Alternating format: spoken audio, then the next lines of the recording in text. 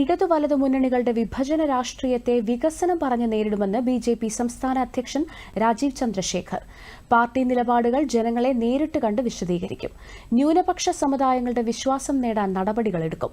കേന്ദ്ര പദ്ധതികൾ വൈകുന്നത് സംസ്ഥാന വിഹിതം ലഭിക്കാത്തതുകൊണ്ടാണെന്നും രാജീവ് ചന്ദ്രശേഖർ ദൂരദർശൻ ന്യൂസിനോട് പറഞ്ഞു. ചില കമ്മ്യൂണിറ്റീസ്, നമ്മുടെ കേരളയിലൊക്കെ ചില കമ്മ്യൂണിറ്റീസ് അവരുടെ മനസ്സിൽ ഒരു ലാക്ക് ഓഫ് ട്രസ്റ്റോ ഒരു ക്വസ്റ്റ്യൻ മാർക്ക് നമ്മളെ പറ്റിയുണ്ട്. അത് ഞങ്ങൾ ചെയ്ത പണീന്റെ കാരണമോ ഞങ്ങൾ എന്തെങ്കിലും ചെയ്തിട്ട് അതുകൊണ്ടല്ല.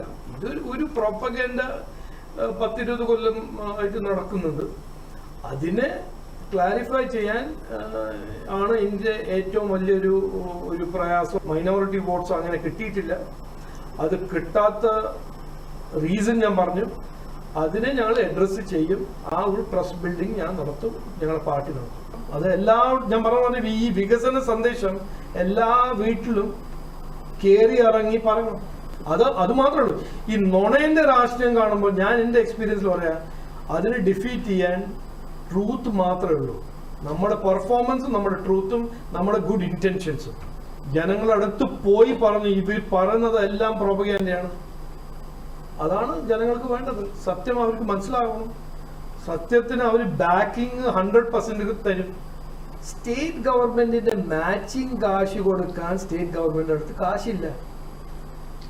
അപ്പൊ അവരുടെ റിസോഴ്സസ് ഇല്ലെങ്കിൽ സെൻട്രൽ ഗവൺമെന്റ് സ്കീം എങ്ങനെ ഇംപ്ലിമെന്റ് ആവും?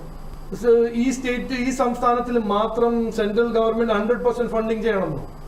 പിന്നെ എന്തിനാ സംസ്ഥാന സർക്കാർ